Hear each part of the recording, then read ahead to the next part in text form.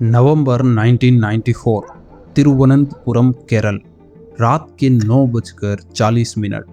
शहर की सड़कें उस वक्त सुनसान थी।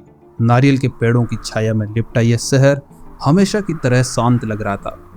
लेकिन उस रात भारत के इतिहास की सबसे बड़ी वैज्ञानिक त्रासदी की नींव रखी जा रही थी।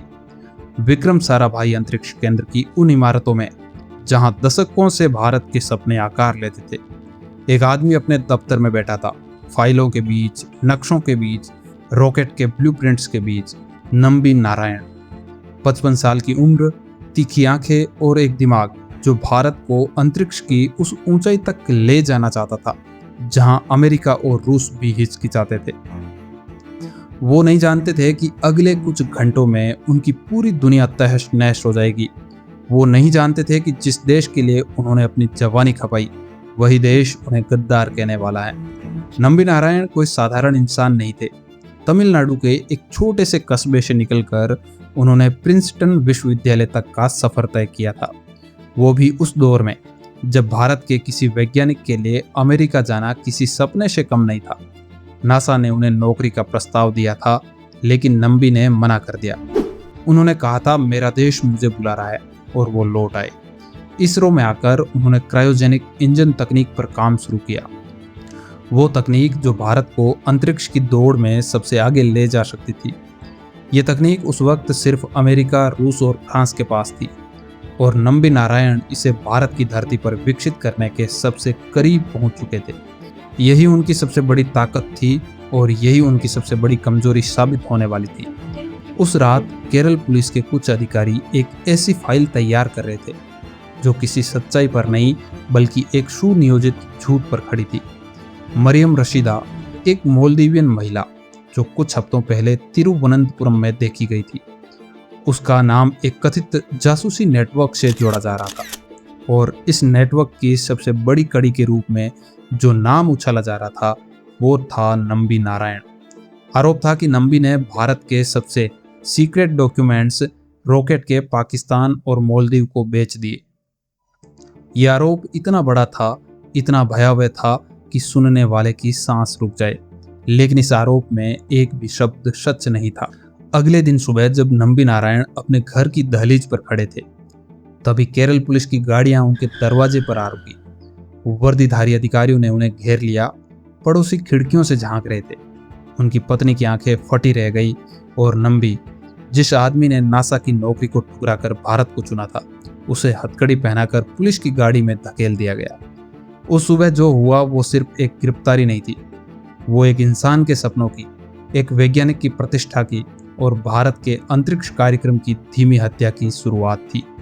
पुलिस हिरासत में नंबी नारायण के साथ जो हुआ वो किसी सभ्य देश में होने वाली बात नहीं थी। 55 साल के एक वैज्ञानिक को घंटों तक खड़ा रखा गया।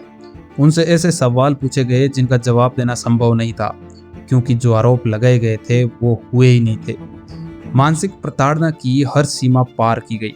उन्हें बार बार ये कबूल करने के लिए कहा गया कि उन्होंने देश के सीक्रेट्स बेचे, और जब नंबी ने इनकार किया, हर बार, हर पल, तो प्रेशर और बढ़ता गया।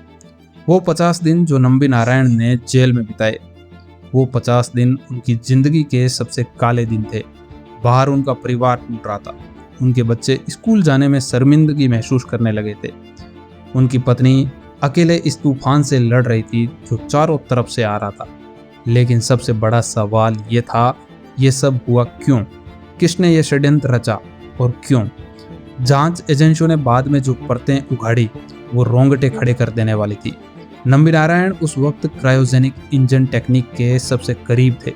अगर भारत ये तकनीक हासिल कर लेता तो अंतरिक्ष की दौड़ में कई देशों का एकाधिकार खत्म हो जाता। अमेरिकी खुफिया एजेंसी CIA की भूमिका पर भी सवाल उठाए गए। ये भी कहा गया कि केरल की तत्कालीन राजनीतिक परिस्थितियों ने इस षड्यंत्र को खाद पानी दिया। कुछ पुलिस अधिकारी थे जो ऊपर से आए आदेशों का पालन कर रहे थे, लेकिन वो आदेश कहाँ से आए ये आज भी पूरी तरह से सामने नहीं आया है। भारत के इतिहास में ये एक ऐसा अध्याय है जिसकी स्याही अभी तक सूखी नहीं है। 1996 में CBI ने अपनी रिपोर्ट में साफ कहा कि नंबी नारायण निर्दोष हैं। एक भी आरोप साबित नहीं हुआ, एक भी दस्तावेज लीक नहीं हुआ जो जासूसी नेटवर्क बताया गया था वो कभी अस्तित्व में था ही नहीं, लेकिन तब तक जो नुकसान होना था वो हो चुका था। नंबी नारायण का करियर खत्म हो चुका था। वो क्रायोजेनिक इंजन प्रोजेक्ट जिसे वो पूरा करने वाले थे वो दशकों पीछे चला गया और भारत को उस तकनीक के लिए और भी लंबा इंतजार करना पड़ा जो नंबी के हाथों बस पूरा होने वाला था।